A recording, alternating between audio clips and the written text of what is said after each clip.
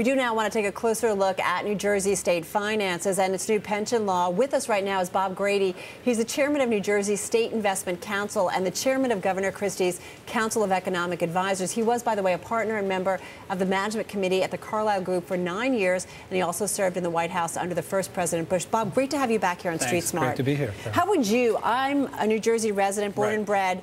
I worry about the state's finances, and they seem to have been a problem for some time. How would you describe the state of New Jersey fiscally right now?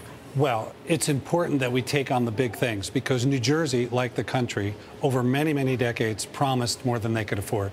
They promised it in terms of pensions, they promised it in terms of health benefits. The first step that Governor Christie did over the last 2 years was to balance the last two budgets without raising taxes. And the way he did that, frankly, was to cut spending in nominal terms, 2 years in a row for the first time in 2 decades. This is the second big thing, and this is gigantic.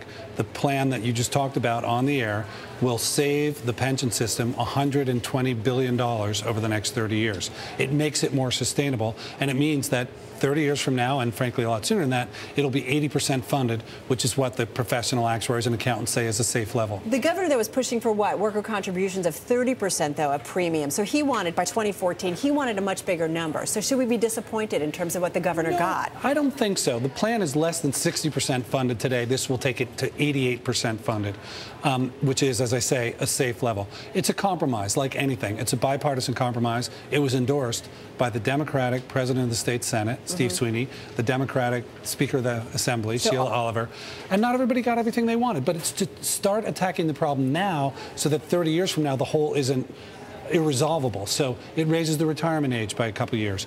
It says that COLAs are not going to take effect. There's not going to be automatic COLAs until the plan is at least 80% funded, and then a board can decide whether to do that or not. Bob, talk to us about, though, this loan that New Jersey's talking with JPMorgan, for a temporary bank loan of about $2.25 billion. I mean, I don't think it's anything unusual. The state of New Jersey. It doesn't say New Jersey's got a cash flow problem right now? No. Every state manages its cash flows and does short-term borrowings. This is basically in lieu of what's called revenue anticipation notes, RANs. And New Jersey's been issuing RANs for 15 years, more than that. And so this is a normal financing. In fact, we just think we're getting a great price. So in other words, we'll probably issue this, we'll be able to borrow at about 59 basis points, which is a great price. It's frankly more cost effective to the state than a typical revenue anticipation note. No, it's sort of normal course. Nothing unusual. Is the governor making a lot of moves that are sort of thinking outside the box, as the cliche goes, because he has this reputation as kind of brazen and willing to go places other people aren't willing to go? Well, I think he's been brazen and willing to change the direction of the state. Before Chris, the governor, took office, the state had raised taxes or fees 115 times in the prior 8 years. And so, Matt, I think what Governor Christie is being brazen about is taking on the really big things. And he said, look, in a State of the State this year, he said there's 3 really big things. 1, the fiscal situation. We've got to balance the budget without raising taxes. 2, the pension system. We have to fix the pension system. Check on 1, check on 2. And now the third big thing that I believe he will take on for the rest of this year and next is school reform, is fixing the K-12 schools, because that's vital to New Jersey's ability to compete.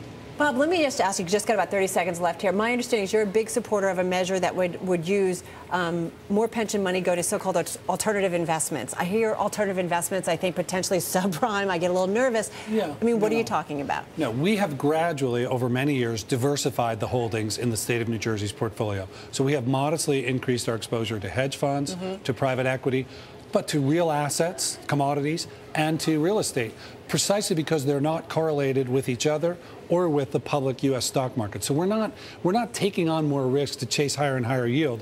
What we're really trying to do is increase the diversification of the portfolio, so we're chasing, if you will, a lack of correlation between these asset classes.